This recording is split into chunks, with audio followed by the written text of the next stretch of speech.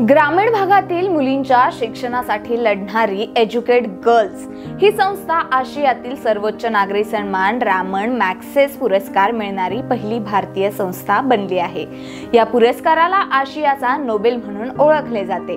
हा पुरस्कार आशियातील लोकांच्या निस्वार्थ सेवेसाठी आणि मानवी विकासासाठी कार्य करणाऱ्या व्यक्ती किंवा संस्थांना दिला जातो। सफीना हुसेन यांच्या संकल्पनेतून घडलेली ही संस्था आज कित्येक मुलींना शिक्षणासाठी प्रेरणा देत आहे। चला आज जाणून घेऊया महिला शिक्षणाच्या हक्कासाठी लढणाऱ्या सफीना हुसेन यांचा प्रेरणादायी प्रवास। नमस्कार, मी भक्ती आणि तुम्ही पाहताय आवाज मराठी। दिल्लीत जन्मलेल्या 54 वर्षीय सफीना हुसेन यांनी लंडन स्कूल ऑफ इकॉनॉमिक्स मधून शिक्षण घेतले। अमेरिका आणि युरोपमध्ये शानदार करिअरच्या संधी होत्या, परंतु त्यांनी भारतात परतण्याचा निर्णय घेतला। त्यांचे परतण्याचे कारण म्हणजे ग्रामीण भागातील मुलींचे शिक्षण। दक्षिण अमेरिका, आफ्रिका आणि आशियातील वंचित भागांमध्ये काम केल्यानंतर त्यांना स्वतःच्या देशातील समस्या जाणवू लागल्या। सफीना यांनी 2007 मध्ये मुंबईतून एज्युकेट गर्ल्स सुरू केले। त्यानंतर त्यांनी सुरुवातीला राजस्थानच्या जालौर जिल्ह्यात छोटासा प्रयोग केला। फक्त पुस्तक हातात देणे म्हणजे शिक्षण नाही हे सफीना यांनी ओळखले। खऱ्या अर्थाने समाजाचा दृष्टिकोन बदलण्याची गरज असल्याचे त्यांचे लक्षात आले। गरिबी, पितृसत्ताक विचार आणि सामाजिक दबावांमुळे मुली शिक्षणापासून वंचित राहतात याविषयी जनजागृती करण्यासाठी त्या गावोगावी फिरल्या।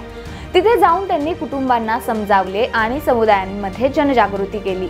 आज एज्युकेट गर्ल्स 30,000हून अधिक गावांमध्ये काम करत आहे। या माध्यमातून आजवर 20 लाखांहून अधिक मुलींचे आयुष्य बदलले आहे। सध्या संस्थेच्या माध्यमातून 11 लाखांहून अधिक मुलींसाठी शिक्षणाची दारे उघडी झाली आहेत। टीम बालिका ही स्थानिक तरुण स्वयंसेवकांची टीम गावात जाऊन शाळेबाहेर मुलींना शिक्षणासाठी प्रेरित करत आहे। 2015 मध्ये शिक्षण क्षेत्रातील जगातील पहिला डेव्हलपमेंट इम्पॅक्ट बॉन्ड त्यांनी लॉन्च केला। या माध्यमातून ग्रामीण भागातील मुलींच्या दर्जेदार शिक्षणासाठी आर्थिक सोय करण्यात आली। कॅम्प विद्या उपक्रमाच्या माध्यमातून त्यांनी शाळाबाह्य मुलींना शिक्षणाच्या प्रवाहात आणले। कोविड-19 मध्येही त्यांचे कार्य थांबले नाही। या काळात संस्थेने रेशन, स्वच्छता किट यासारख्या अधिक वस्तू वितरित केल्या होत्या। संस्थेच्या याच कार्याची दखल घेऊन रामन मॅग्सेसे फाउंडेशनने त्यांना पुरस्कार देऊन सन्मानित केले। सन्मान स्वीकारताना सफीना म्हणाल्या, हा पुरस्कार भारतातील मुलींच्या शिक्षण जनआंदोलनाला जागतिक स्तरावर घेऊन जाण्यासाठी आहे।